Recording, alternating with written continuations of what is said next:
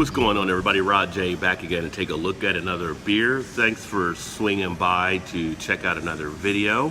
Actually down here at Wood & Cask, hanging out with Randy, who is actually the owner of Wood & Cask, and taking a look at one of their newer beers that's about to come out into the marketplace, which is their bourbon barrel aged stout Corruption. And this is kind of a sneak peek at it. So this comes out on the 17th of June.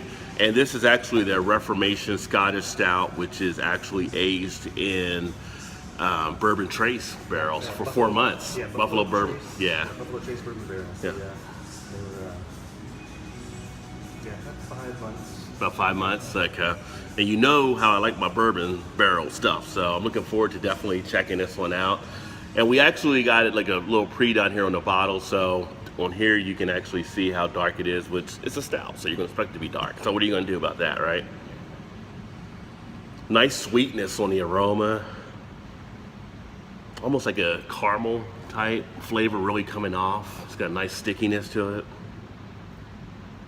Got a little vanilla in there. Yeah, the barrel really brought out the kind of the vanilla and the chocolate stuff. Yeah. Oh, it's almost like a piece of candy, and it's going to be candy when I drink it, people.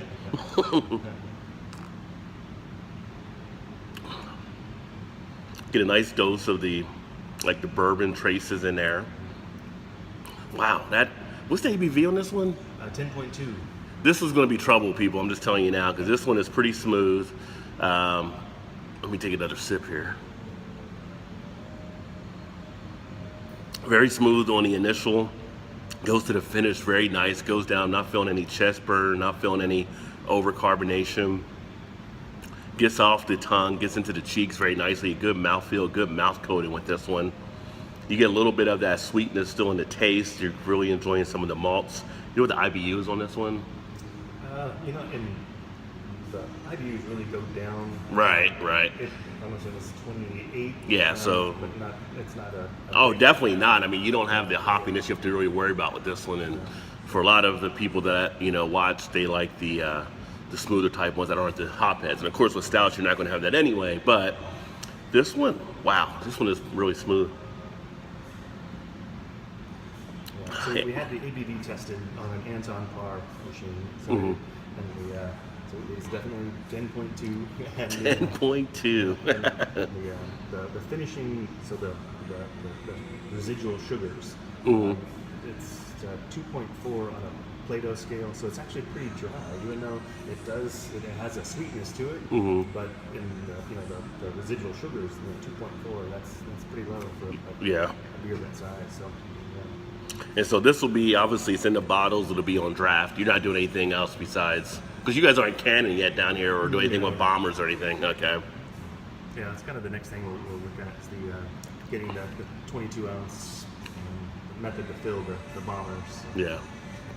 That would be a good deal for that would definitely be a great one for a bomber. And like I said, Randy down here runs Wood & Cask Brewing, so it's another one that we have here in Cincinnati.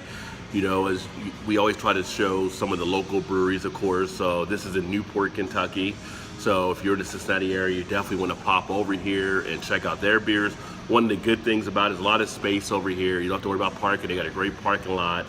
The brewery itself is set up nice and spacious. They also have like Wi-Fi here, so you can really spread out. They got a lot of outlets, which I really like. So if you're bringing a laptop out here or something, you would do some work, you're breaking away from the college for a little bit, need a drink in between, you can easily come over here and do some things. They've even got the games that you see in a lot of the places, little board game action. You come out here every game night. So I know you guys are doing stuff down here with the art shows. You're doing stuff. Usually you have food trucks out here during the high peak times. There's a lot of places here in Newport on Monmouth that'll deliver food, so you don't have to worry about that over here. So all in all, it's a pretty good spot to come and just hang out and relax. So that's what we're trying. Yeah. We're trying to have good beer. We're trying to get the food trucks that are good food as well. We don't have our own kitchen. That may be something that we'll look at down the line. But right now, I don't know food at all. So Yeah, well. there are restaurants that are being run by people who know food are failing. So Yeah. food trucks are working perfect. So. Yeah, definitely. And I know a couple of the places that came out here when I was there last time. I had the meatball one. That was really good. Yeah. There's one that get to do with the grilled cheese type thing. That was another one. So. Cheese and chong. Cheese and chong, yeah. So there's always different types of stuff out here. This one, I mean, the Reformation Scottish Stout was a good beer anyway. So what made you come up with the idea to take it this way into a different? This beer, that was kind of planned from the very beginning. To have, and actually I was sitting in a meeting with our distributor in Heidelberg, and we were thinking of names. I didn't have a name for this beer yet, but we were, I was giving them some of my homebrew samples when we were kind of negotiating, and we're talking about the base beer. It kind of started out as a 5% alcohol beer, and I've kind of reformed it multiple times. And as I'm talking about that, it's like, oh, Reformation. Hey, that's the Yeah. And then as we're talking, it's like, yeah, this beer. We did a little small 5-gallon bourbon barrel test a couple years ago, and it was a nice beer, but I knew I wanted to have 2 versions of this. Okay. The standard and then the barrel aged, because it really comes out nice, and Yeah. with a little bit of the extra boost from the bourbon. It's a nice beer. Oh, it's definitely very nice. And a good thing I like about this is funny because of the name being Corruption. For those of you not familiar with the Newport history that'll watch this, Newport has a corrupted past. Many don't know, but back in the 60s, a lot of the mob used to come through Newport when they ran maybe this 10.2 is getting to me, ran things through Cincinnati. Frank Sinatra commonly played out here on Mama Street at some of the clubs that were big over there. So the whole thing about the whole corruption thing plays well into the whole area. Actually, both of them. So it's been through reform and corruption. Reform and corruption, right? So we've had it all definitely involved here in Newport. So if you're ever down here from the historical aspect, you'll come down and you'll see other places like called the Syndicate and some other things around the area, and there's a little bit of history. So it's a cool place to actually check out as well. But if you walk around Mama Street, you're going to need something to drink, so why not swing over to Wooden Cask and right around the corner from it, and you can grab a nice little beer. And actually right now, they usually run 12 taps, right? So, and you change stuff out. You have your 6 or 7 base type ones, and then you change the other stuff out. You have a guest tap in there usually. So we were doing guest cider, and now we're doing our own cider. So okay. So it's 11 beers and 1 cider, and then the kind of the English, Irish, and Scottish. Those ones we're keeping those base ones on tap. The X IPA, that one, it'll be called X, but it'll be something different hop, like that. So something to play with there. And then the seasonal kind of beers, those will rotate in and out as well. Yeah. Right now we have the Hell Yes, which is a Helles Bock. Yes, yes. It's a double Helles Bock, so it's 8% alcohol, nice lighter color Bock. Yeah. But they'll sneak up on you too.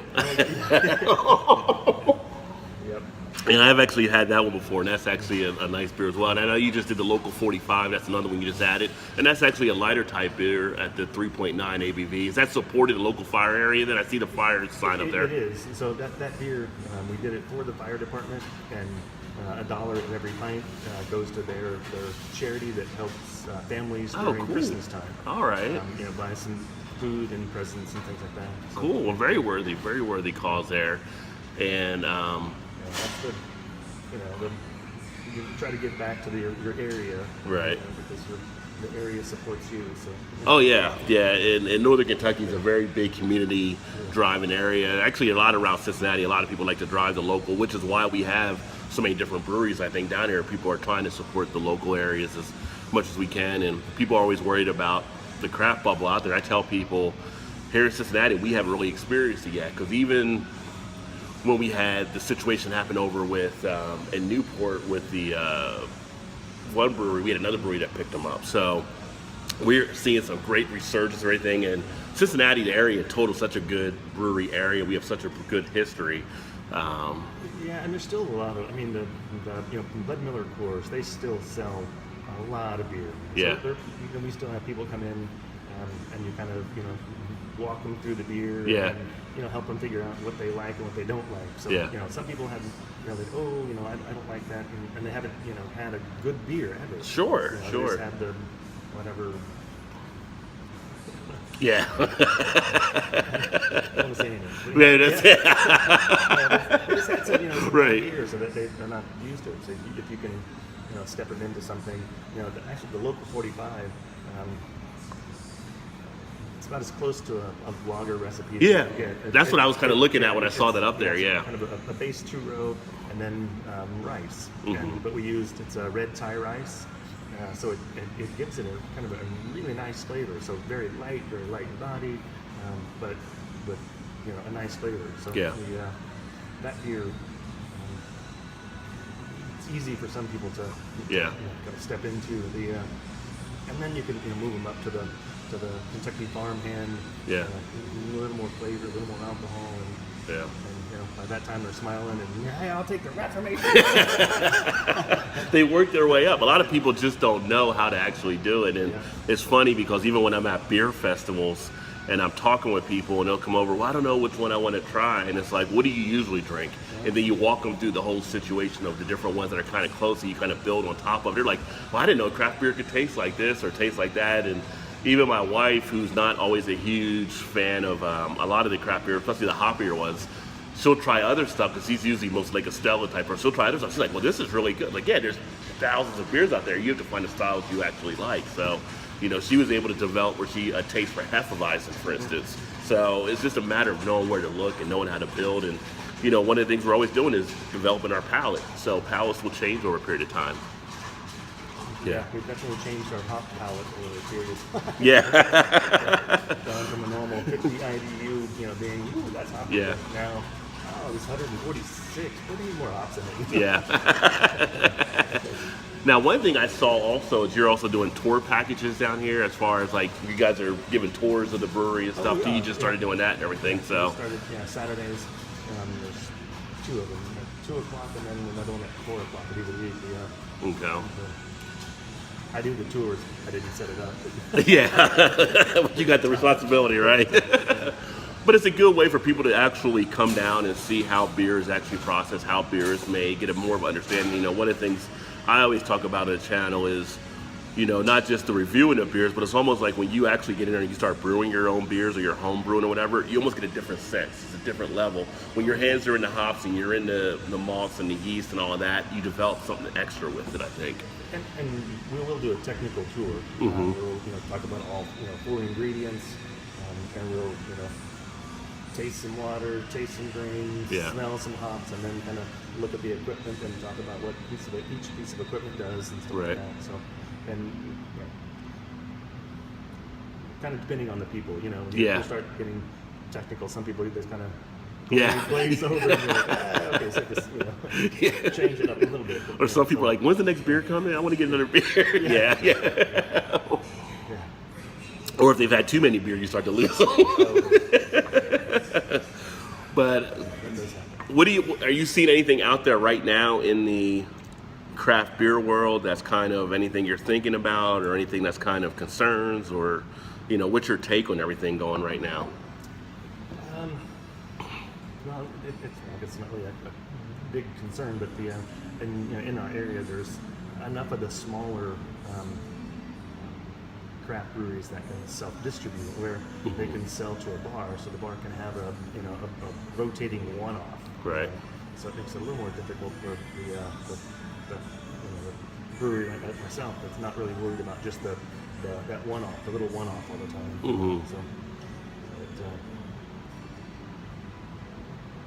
And I can't self-distribute up in Ohio. So Right, with the we're distribution laws, and yeah. And we're working on trying to get a distributor up there. But again, I guess that's the part that all of everybody's worried about the bubble. Mhm. But from the brewer's side, there's so many new breweries that distributors have a wide choice, and they're always tasting new beers, and everybody's trying to get interviews and stuff like that. So Yeah. the more difficult part. When we, in 2010, it was fairly easy to get a distributor because they wanted to distribute craft beer. Yeah. They're distributing a lot of it, and it actually takes a while. No, definitely, yeah. And that's part of what we run into with the distributing process. And for the viewers that watch on here that are from like the UK or for Canada, where they just see beers go everywhere, or in the US, we have to deal with these distribution type situations, and that causes some stuff. There are some states now that are trying to pass laws for brewers to be able to self-distribute. So hopefully, if they do something like that, that might ease up on some of the things as well. But right now, you are subject to the other laws that are in place. Yeah.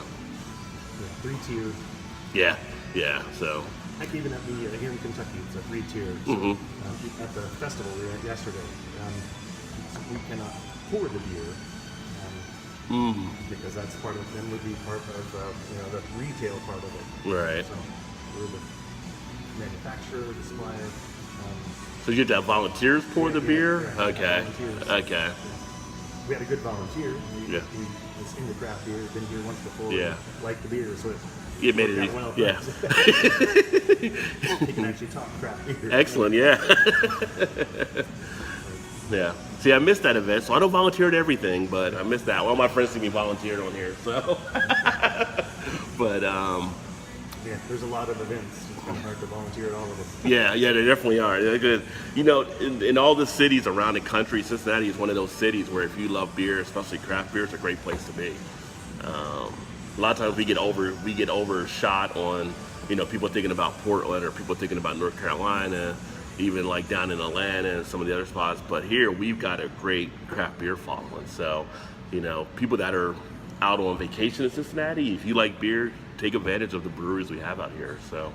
Yeah, and that's the nice thing about this area is that all of the breweries are putting out some really nice beers. Yeah. There's some of the places, you go to Portland or North Carolina, some of those places, there's a lot of them. Some of them are great, and some of them are kind of so-so. Yeah. You do a flight and not really anything in there that I felt were worthy of a pint. So, right. Yeah. Finish your flight and go to the next place. Just right around the block. Yeah. Well, one thing I'll say about the corruption here, what I do like about it is that, sometimes with the bourbon barrel, some people take it to a level that doesn't need to go to, and it becomes over bourbon sized, if that's a word. This one has a nice balance in there. It's got a great balance between the hops and malts, the bourbon barrels, that you don't feel like you're getting hit too much with anything at all. It runs together really smooth in the balance between everything. When you get the barrels, there's still bourbon in them. And so we will turn them upside down, pour that bourbon out, and collect it. Nothing wrong with that. Finders keepers. But that way all of them have about the same amount of bourbon in them. So you dump it out. That way you get a nice balance, like you're saying. You're not getting punched in the face with bourbon and right. There's a little bit of beer in here. Yeah. So we try to ensure that the beer itself was one good for the bourbon barrel. Yeah. And then that the bourbon barrel wasn't too much bourbon for the beer. Yeah. Yeah, no, I think you guys did a great job with this one. The duration on it is very nice. I'm feeling the flavors in there. I mean, it's not one you're going to rush through, obviously, the 10.2, although I'm a quick drinker sometimes. That gets me in trouble. But, I can feel that just sitting nicely, like I said, all around the mouth, like great mouth coating experience. So it's in the cheeks very nicely. If I was having a cigar or something with it, it'd be a nice one to actually sit out on the deck, have a cigar, just, clear the thoughts of my mind or whatever it may be. But a nice job here. So yeah, if you guys are around this coming week, because I'm going to upload this video tonight, make sure you stop down here to Winning Cask and check out their Corruption. Pretty nice looking bottle too. I love that with the logo on there, which all the bottles are that way, but I've always been a fan of your guys' new logo as well. And that'll be out, is it Thursday when it's done? Or what you give me the date with Saturday's the 17th. Saturday. So on next Saturday, And you know how it is in Kentucky sometimes. Well, around any of the breweries, they'll line up for stuff. But hopefully you guys come down here and show your support for Wood and Cask. Anything else you would add to it at all? Anything you're thinking or any thoughts? Just enjoy beer responsibly. Yeah. Every time on my show there's a PSA. But yeah, drink responsibly and don't overdo it. Like I said, this one is very smooth, so it will sneak up on you. I'll have another video on the channel later on where I'll do a review at home on the beer. And then I'll take a look at the Reformation as well, which is the one they actually based this one off of. So thanks again for all you that watched, and look forward to catching up with you next time. Keep drinking good craft beers. Cheers. Cheers.